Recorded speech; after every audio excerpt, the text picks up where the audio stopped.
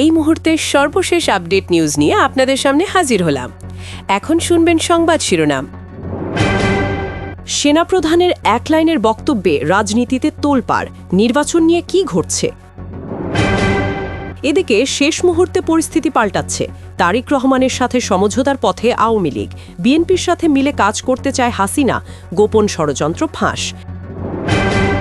তারেক রহমানকে প্রকাশ্য রাজনীতি থেকে সরিয়ে দেওয়ার হুমকি দিলেন বিএনপি থেকে বহিষ্কৃত নেত্রী ব্যারিস্টার রুমিন ফারহানা, গোপন ভিডিও ভাইরাল। আরও জানব, জামায়াতের আমিরকে ফাঁসাতে দিয়ে ধরা খেল তারেক রহমান, ডিবির অভিযানে বঙ্গভবনের কর্মকর্তা আটক, জিজ্ঞাসাবাদে বের হয়ে আসলো চাঞ্চল্যকর তথ্য, ফেঁসে গেল তারেক রহমান। আপনারা দেখছেন বাংলা নিউজ লাইভ। এতক্ষণ দেখছিলেন সংবাদ শিরোনাম, এখন দেখুন বিস্তারিত। রাজধানী ঢাকা থেকে শুরু করে সুদূর গ্রাম বাংলা সবখানেই এখন এক অদ্ভুত থমথমে পরিবেশ। সরকারি অফিসগুলোতে তাকালেই কর্মকর্তাদের চোখে মুখে ধরা পড়ছে এক অজানা আতঙ্ক। থানার সেই দাপুটে পুলিশ কর্মকর্তারা, যারা একসময় বুক ফুলিয়ে এলাকা শাসন করতেন, এখন এতটাই সতর্ক যে নিজেদের ছায়াকেও যেন বিশ্বাস করতে পারছেন না। এরই মধ্যে খবর মিলছে, সেনাবাহিনীর ভেতরেও চলছে একের পর এক বিশেষ বৈঠক। প্রশ্ন একটাই, পর্দার আড়ালে আসলে কি ঘটছে? খোঁজ নিয়ে জানা গেছে, ডক্টর মুহাম্মদ ইউনুসের নেতৃত্বাধীন অন্তর্বর্তীকালীন সরকার এমন কিছু সিদ্ধান্ত নিয়েছে যা বাংলাদেশের নির্বাচনী ইতিহাসে আগে কখনো কল্পনাও করা হয়নি। সেনাবাহিনী থেকে শুরু করে পুলিশ বাহিনী, সবাইকে দেওয়া হয়েছে এক কঠোর ও স্পষ্ট বার্তা। এই বার্তা এতটাই শক্ত যে তা শুনে তাবড় তাবড় রাজনৈতিক নেতাদেরও ঘাম ছুটে যাচ্ছে। আর এই গোপন নির্দেশনার ফলেই মাঠ পর্যায়ে এমন কিছু ঘটতে যাচ্ছে যা বাংলাদেশের রাজনীতির দাবার বোর্ডই উল্টে দিতে পারে। গত কয়েক সপ্তাহে ঘটে যাওয়া ঘটনাগুলোর আড়ালে লুকিয়ে আছে কি বার্তা? বিএনপি কেন এতটা চিন্তিত? আর জামায়াতে ইসলামী বা কেন এত আত্মবিশ্বাসী? চলুন ঘটনার গভীরে ঢোকা যাক। সেনাপ্রধানের সাম্প্রতিক এক সাংবাদিক সম্মেলনে দেওয়া বক্তব্য আপাতদৃষ্টিতে সাধারণ মনে হলেও এর রাজনৈতিক তাৎপর্য অত্যন্ত গভীর। তিনি স্পষ্ট ভাষায় বলেছেন, সেনাবাহিনী পেশাদারিত্বের সঙ্গে সর্বোচ্চ নিরপেক্ষতা বজায় রেখে দায়িত্ব পালন করবে এবং যথাসময়ে নির্বাচন অনুষ্ঠিত হবে। বক্তব্যে তিনি বিশেষভাবে ব্যবহার করেছেন দুটি শব্দ, ধৈর্য ও প্রজ্ঞা। কিন্তু কেন এই শব্দগুলো?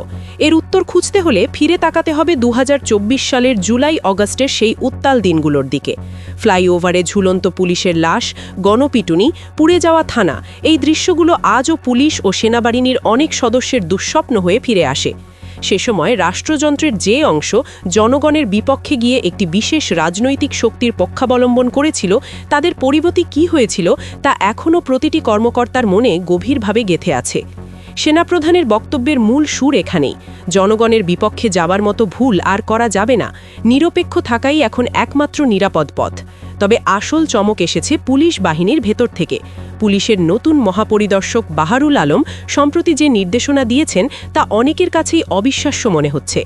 তিনি স্পষ্ট করে জানিয়ে দিয়েছেন, প্রতিটি পুলিশ সদস্যকে নিরপেক্ষভাবে দায়িত্ব পালন করতে হবে। কোনো রাজনৈতিক দলের প্রতি সামান্য পক্ষপাত দেখালেই তার পরিণতি হবে ভয়াবহ। প্রশ্ন হলো, পুলিশ কি সত্যি এই নির্দেশ মানবে? ভেতরের খবর বলছে, আইজিপি থেকে শুরু করে ডিআইজি, এসপি, এমনটি থানার ওসি পর্যন্ত প্রশাসনের প্রতিটি স্তরে একটাই বার্তা পৌঁছেছে, পক্ষপাত করলেই সর্বনাশ।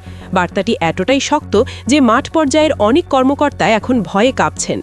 অতীতে দেখা গেছে, বিশেষ করে নির্বাচনের সময় বহু ওসি স্থানীয় রাজনৈতিক নেতাদের সঙ্গে অলিখিত সমঝোতায় কাজ করতেন। কেন্দ্র দখল, ভোট কারচুপির মতো বিষয়গুলো ছিল ওপেন সিক্রেট। কিন্তু এবার সেই সমীকরণ পুরোপুরি ভেঙে পড়েছে। যারা এতদিন বলতেন, ভাই চিন্তা করবেন না, আমরা আছি, তারাই এখন ফোন ধরতে ভয় পাচ্ছেন। উল্টো নেতাদের জানাচ্ছেন, উপর থেকে কড়া নির্দেশ, কিছুই করার নেই, চাকরি আর জান দুটোই বাঁচাতে হবে। এর বাস্তব প্রমাণও মিলছে। আওয়ামী লীগের অনেক নেতাকর্মী গ্রেফতার হচ্ছেন।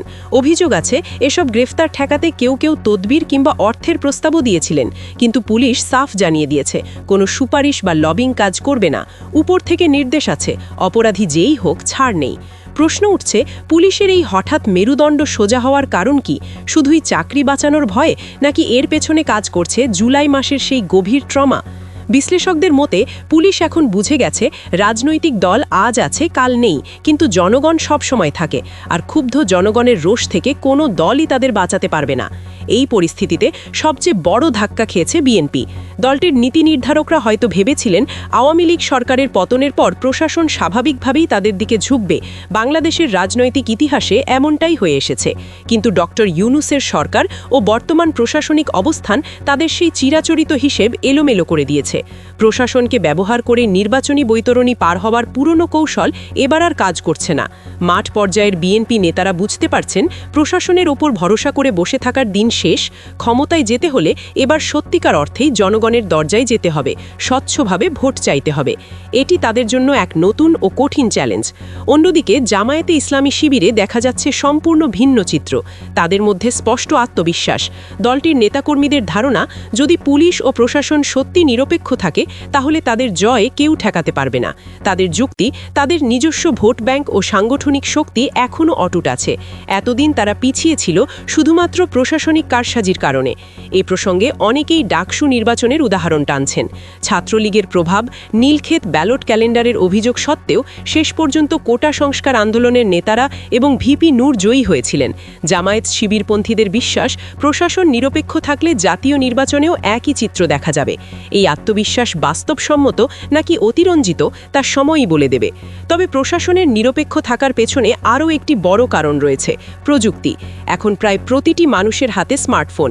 অধিকাংশ ভোট কেন্দ্রে থাকছে সিসি ক্যামেরা।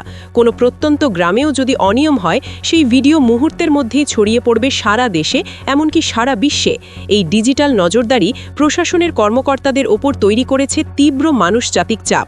সূত্র বলছে, উপর থেকে এমন বার্তাও দেওয়া হয়েছে, লক্ষাধিক কেন্দ্রের মধ্যে যদি একটি কেন্দ্রেও অনিয়মের প্রমাণ মেলে তাহলে সংশ্লিষ্ট কর্মকর্তার বিরুদ্ধে এমন ব্যবস্থা নেওয়া হবে যা দৃষ্টান্ত হয়ে থাকবে। কারণ একটি মাত্র ভিডিওই জনগণকে রাস্তায় নামাতে যথেষ্ট, আর তখন পরিস্থিতি নিয়ন্ত্রণের ক্ষমতা কারোরই থাকবে না। এই ভয় থেকেই পুলিশ ও প্রশাসন এবার বাধ্য হয়েই সর্বশেষ নির্বাচনী জরিপ প্রকাশ করেছে, আর সেই ফলাফল দেখে বিএনপির হাইকমান্ডে কার্যত হার্ট অ্যাটাকের দশা। জরিপের মূল ফোকাস ছিল তরুণ ভোটার, বিশেষ করে জেন জি ও মিলেনিয়ালরা কার দিকে ঝুঁকছে। ফলাফল শুধু চমকপ্রদ নয়, রাজনৈতিক বাস্তবতাকে উল্টে দেওয়ার মতো।